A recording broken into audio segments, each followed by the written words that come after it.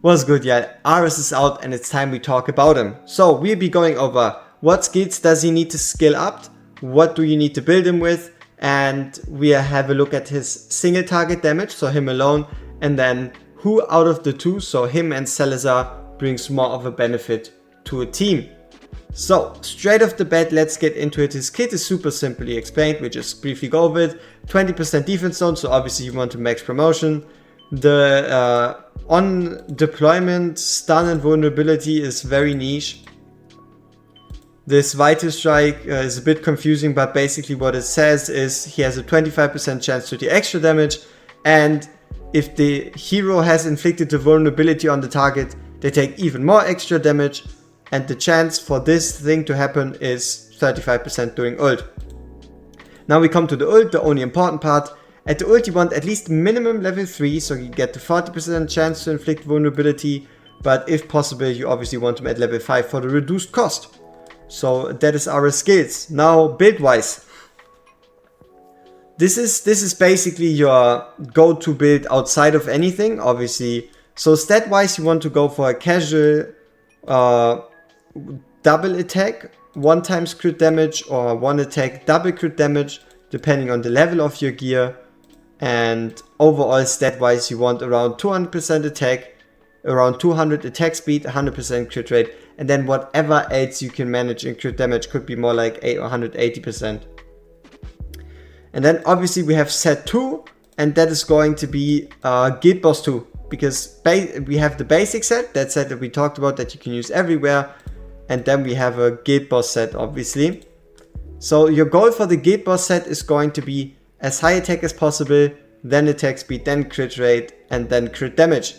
So overall between 250 to 300% attack, 200 attack speed, 100% crit rate, 140% crit damage. Artifact choices, there's a couple. Rentier if you just run him simply alone. Frigid Flame if he doesn't get attack, so if you like place him behind a tank. Railing Skull if you have it free and you can give it to him. And Scarlet Hunt if you run him alongside a Salazar. Those are like the only real options you should consider. And yeah. Let's get into his capabilities and what he can do. Alright, so this is the very first test. It's going to be our 4 main Nightmare fighters against AMR. So Ares, Lust, Arrogance and Salazar. They all have the same formation, every ult triggers at the same time, obviously of the ones around them. And nobody else is hitting the boss. So at the end of the day, it's how long do they all take to do one 10 million damage. And what we noticed there is basically, even though people were already talking about Ares comparing to Arrogance, it just isn't happening. So Arrogance, as you might have already are able to tell, is that he has a huge lead over everyone else. And he basically is able to finish this fight in 1 minute and 50 seconds. Salazar is close behind at 2 minutes and 3 seconds. Then surprisingly Ares at 2:27, and then finishing it off with Lust at 2 minutes and 42 seconds. Just so we all know exactly what was tested, this was the set used on every single character, and this was the artifact used. My main idea on why Lust performed a bit worse when it comes to dealing with AMR is the fact that she, out of all of them, had the lowest base attack.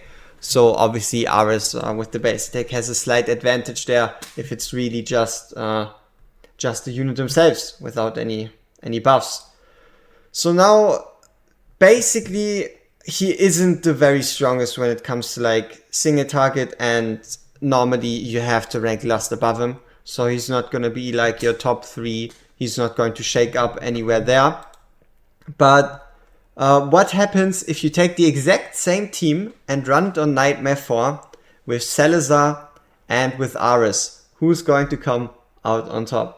Alright, here we go. Ares in Guild Boss versus Salazar in Guild Boss. Team formation wise, we have your standard Rage Region comp. So Hollow plus Laurel plus Dolores plus Wacher.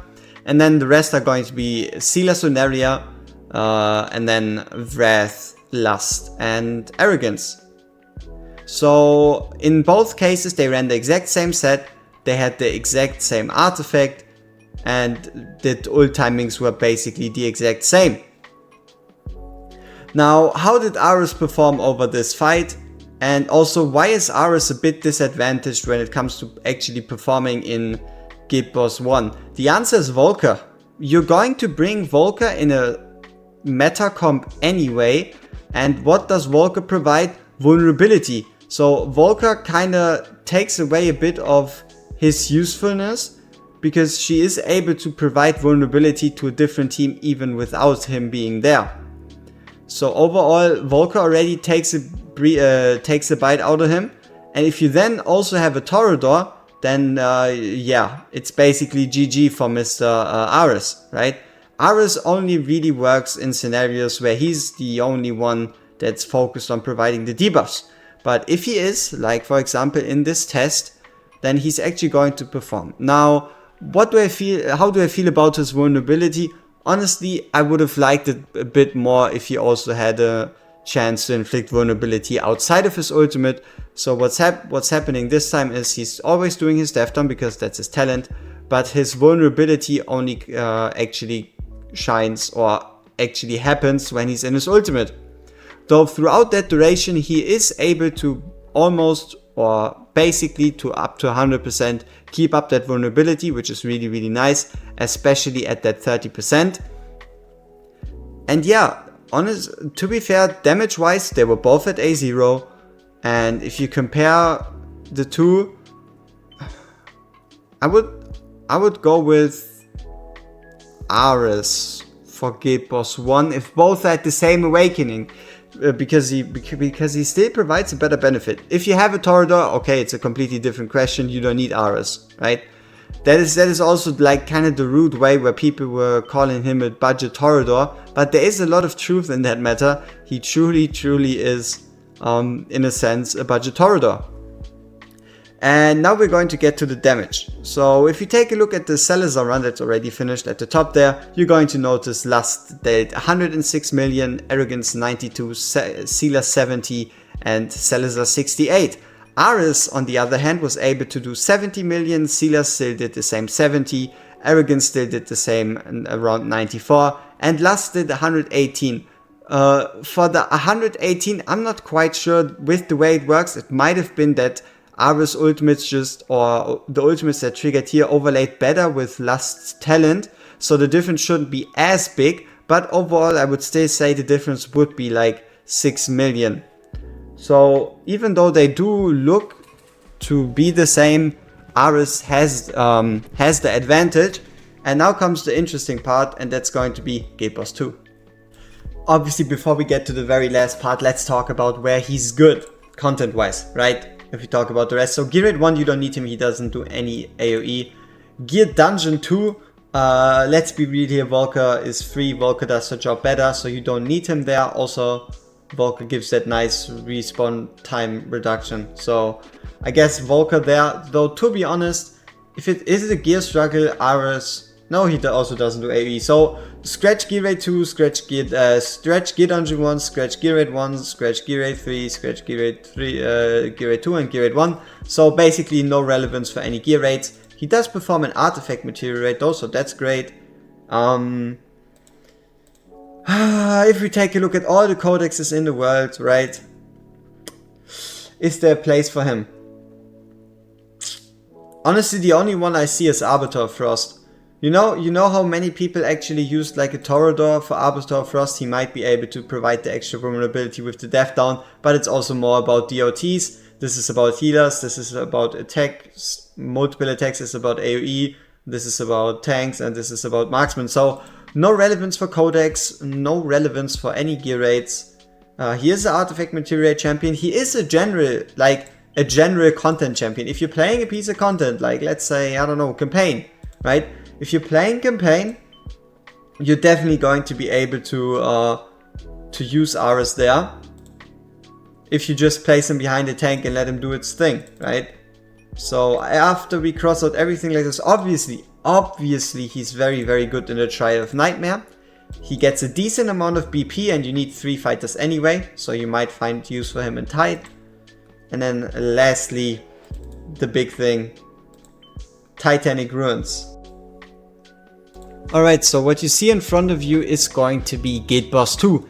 Guild Boss 2, the run that is running at the moment is a team consisting of Lust, Arrogance, Wacher, Salazar, with Nazim, Eloin, Carnelian, and Fercy for support.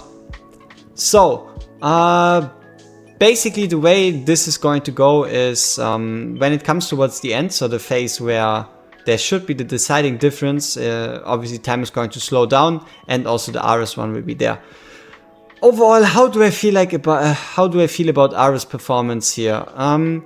Honestly, people are calling him the budget Toreador, but in a sense he's not even that, because Toreador himself is obviously a tank, and Toreador also provides stuns.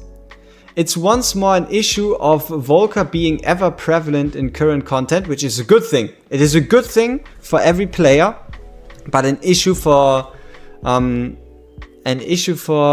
man Ares here, because Wacher already provides the 20% vulnerability in comparison to his 30%. So yeah, like I said, what you can see here is at the top is the Salazar run, and at the bottom we have the Ares run. Now we can already notice a bleed or a blood difference of around 1,000, which accumulated over the first phase and the first part of the second phase. And to be honest, this was the part where I thought, okay, Ares is going to shine. The 30% vulnerability, so extra 10% vulnerability, and the minus 20% defense is surely going to make the difference here against 10% vulnerability bleed. So basically it is 20% defense down fighting against max HP based true damage from Salazar. And as the keen eye might notice, it's the same. They are performing exactly the same. Yes, Ares team hits harder by like 1,700 mech fragments, but they perform exactly the same. Isn't that crazy? So yeah, Salazar and Ares perform exactly the same. Alright, I guess we end this one on Ares. How do I feel about him? Did anything change? Honestly, what I really noticed in this test is he kinda really does feel like a worse off Wacher. Because in most content you're just gonna bring a Wacher anyway. Wacher has the range. After her rework she can do the damage. She provides the vulnerability. And most importantly, she obviously has the respawn down. Here on the other hand, obviously he has the death down, he has the vulnerability. But it's not as noticeable as one might think.